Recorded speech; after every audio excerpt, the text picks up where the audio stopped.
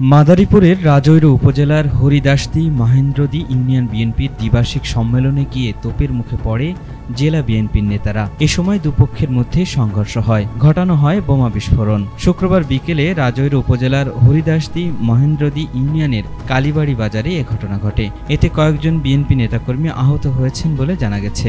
BNP নেতাকর্মী ও স্থানীয় সূত্রে জানা যায়, শুক্রবার বিকেলে হরিদাসদী মহেন্দ্রদী ইউনিয়ন বিএনপির দ্বিবার্ষিক সম্মেলনের আয়োজন করেন বিএনপির সাবেক সভাপতি ডক্টর আবুল কালাম শিকদার। তবে পুনরায় সভাপতি পদ পেতে ইউনিয়নের ওয়ার্ড পর্যায়ের কোনো নেতাকর্মীকেই সম্মেলনের বিষয়টি জানায়নি বলে অভিযোগ ওঠে তার বিরুদ্ধে। এ নিয়ে সম্মেলনের মাঝে জেলা বিএনপির আহ্বায়ক জাফর আলী মিয়ার সাথে স্থানীয় নেতাকর্মীদের তর্ক বিতর্ক হয়। এ সময় ইউনিয়ন বিএনপি সভাপতি প্রার্থী আবুল কালাম গ্রুপ ও রাজৈর উপজেলা বিএনপি নেতা আরিফ হাওলাদার গ্রুপের মধ্যে হাতাহাতির এক পর্যায়ে সংঘর্ষ হয়।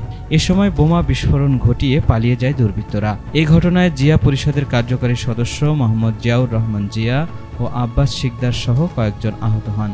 পরে কমিটি ঘোষণার জন্য 7 দিনের সময় নিয়ে সম্মেলন শেষ করেন জেলা বিএনপির নেতাকর্মীরা। সভাপতি প্রার্থী হইতে কে কে রাজি আছেন হাত তুলেন দয়া করে। সভাপতি প্রার্থী কালাম শিকদার। আচ্ছা,